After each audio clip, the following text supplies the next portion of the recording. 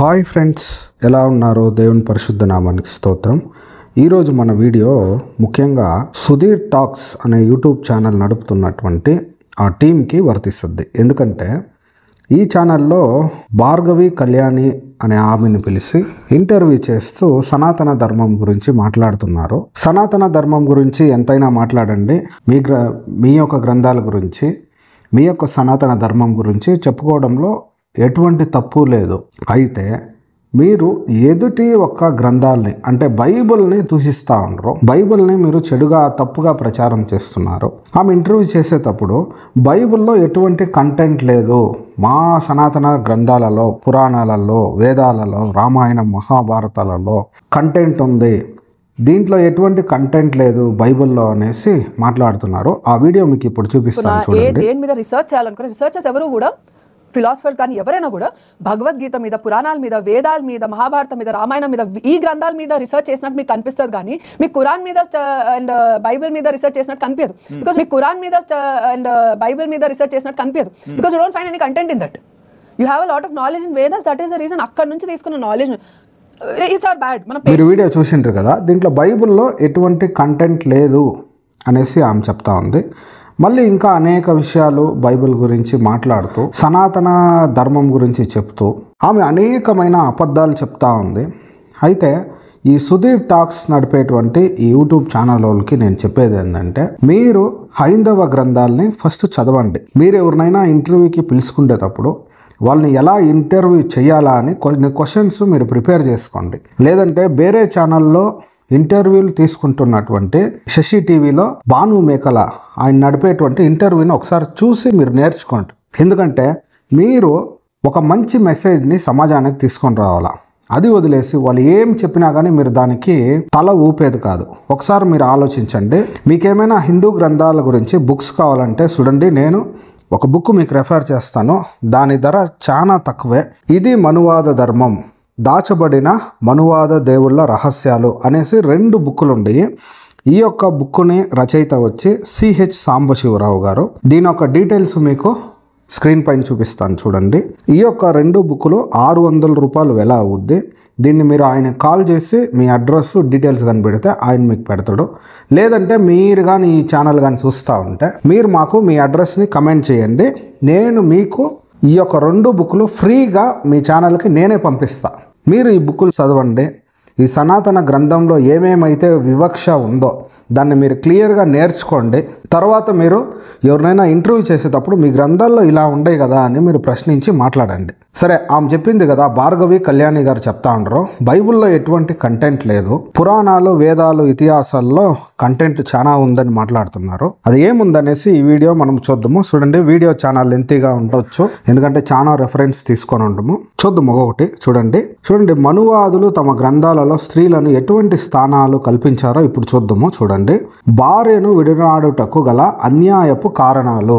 చూడండి, మనుధర్మశాస్త్రం 9వ అధ్యాయము 81వ శ్లోకం యొక్క తాత్పర్యము. మొదటి భార్యకు 8 సంవత్సరాల వరకు పిల్లలు కలుగకపోతే వేరొక స్త్రీని పెళ్లి చేసుకోవచ్చు. పుట్టిన బిడ్డలు చనిపోతూ ఉంటే 10వ ఏట వేరొక స్త్రీని పెళ్లి చేసుకోవచ్చు.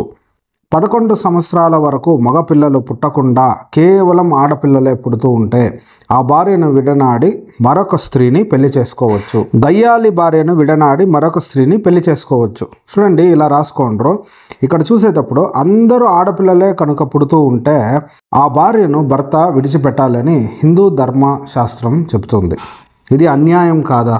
తర్వాత చూస్తే చూడండి, భర్త 2వ పెళ్లి చేసుకునేటప్పుడు భార్య ఒప్పుకోకపోతే ఆమెను తాళ్లతో కట్టి బంధించాలంట. మనుధర్మశాస్త్రం 9వ అధ్యాయము 83వ శ్లోకము దాని యొక్క తాత్పర్యం చూస్తే, భర్త వేరొక పెళ్లి చేసుకున్న తరువాత మొదటి భార్య కోపంతో ఉంటే దానిని ఆ దినముననే ఆ కోపము తొలగు వరకు త్రాడు మొదలగు వాటితో కట్టి ఉంచవలెను, లేదా దాని తల్లిదండ్రుల వద్ద విడిచిపెట్టవలేను. మొదటి భార్యను త్రాడతో కట్టి బంధించాలంట, లేదా పుట్టినింటికి వదిలిపెట్టాలంట. ఇది హిందూ మత ధర్మం. హిందూ మతం ఈ విధంగా స్త్రీలను ఎంత కర్కశంగా, క్రూరంగా హింసించిందో చూడండి. మళ్ళీ చూసేటప్పుడు చూడండి, స్త్రీలను కుక్కలతో, పందులతో సమానంగా పోల్చుట. మనుధర్మశాస్త్రం 3వ అధ్యాయము 239వ శ్లోకము దాని యొక్క తాత్పర్యాన్ని చూస్తే చూడండి. చండాలుడు, పంది, కోడి, కుక్క, రజస్వల, నపంసకుడు వీరును శ్రాద్ధ భోక్తులను బ్రాహ్మణులను చూడరాదు, కావున అవి వారిని చూడకుండానట్లు చేయవలెను. ఋతుచక్రంలో ఉన్న ఆడవారిని పెంట తినే పందులతో సమానంగా పోల్చడం దుర్మార్గం కాదా? స్త్రీలను ఈ విధంగా నీచంగా అవమానించడమే హిందూ మతంలో ఉన్న ధర్మమా? మీరే ఆలోచించు భార్గవి గారు. స్త్రీలు అసత్య సంబంధులంట. శతపథ బ్రాహ్మణం. ఇక్కడ చూడండి శ్లోకము దాని యొక్క తాత్పర్యాన్ని పెట్టి ఉంటాను. కుక్కలు, శూద్రులు, స్త్రీలు, కాకులు అసత్య సంబంధులు. శూద్రులు, స్త్రీలు అసత్యాలు చెబుతారంట. బ్రాహ్మణులు, క్షత్రియులు, వైశ్యులు ఉన్న పురుషులు అసత్యాలు పలకరా. ఈ విధంగా శూద్రుల పట్ల, స్త్రీల పట్ల మనువాదులు ఘోరమైన వివక్ష చూపించారు. సంవర్త శృతి 181వ శ్లోకము తాత్పర్యం చూడండి. కుక్కలకు ఋతుస్రావంలో ఉన్న స్త్రీలను తాకకూడదంట.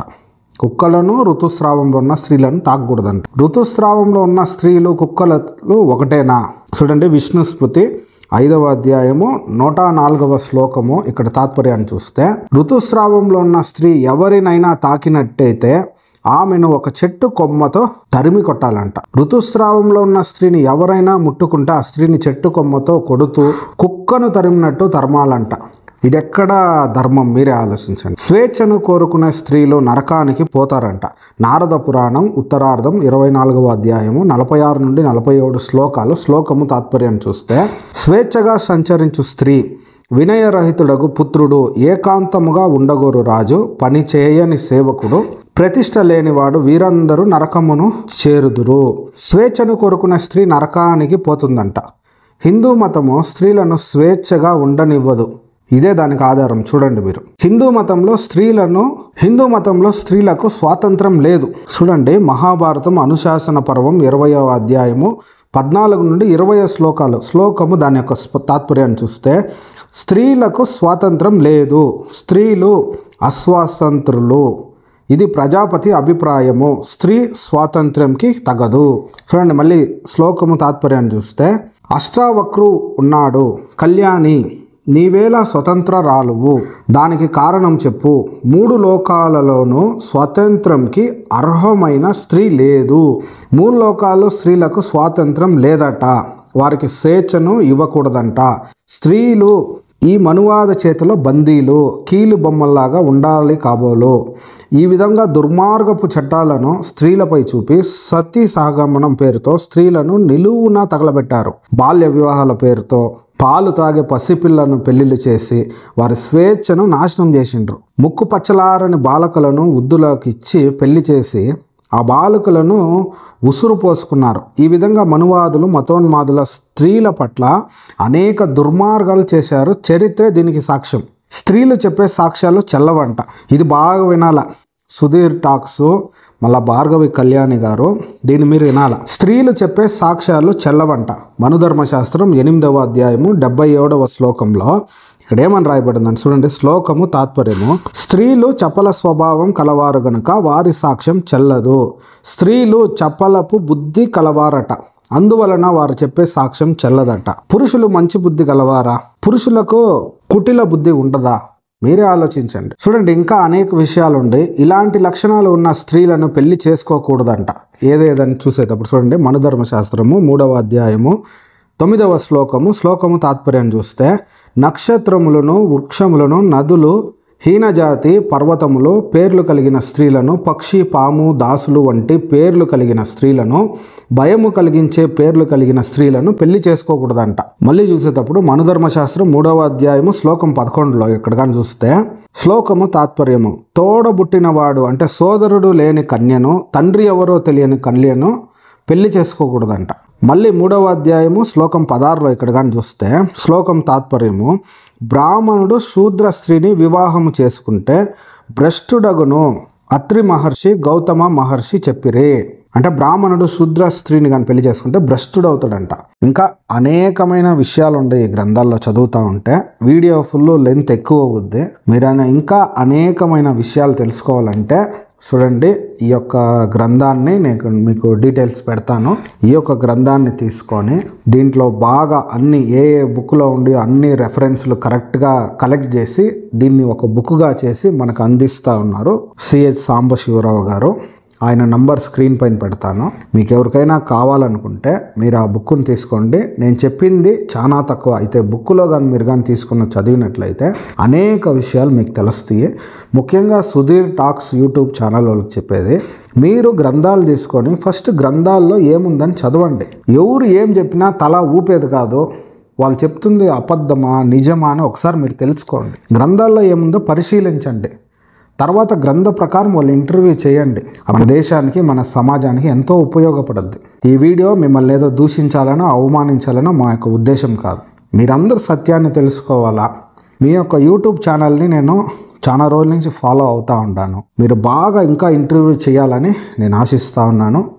ఇంకా నెక్స్ట్ వీడియో నుంచి మీరు కరెక్ట్గా ఇంటర్వ్యూ చేస్తారని నేను అనుకుంటా ఉన్నాను.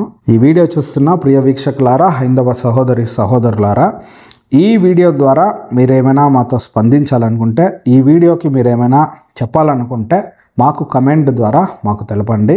ఇటువంటి మరెన్నో వీడియోలు చూడాలంటే మా ఛానల్ని సబ్స్క్రైబ్ చేసుకోండి. దేవుడు మిమ్మల్ని ఎక్కువగా కాపాడునుగాక. ఆమేన్.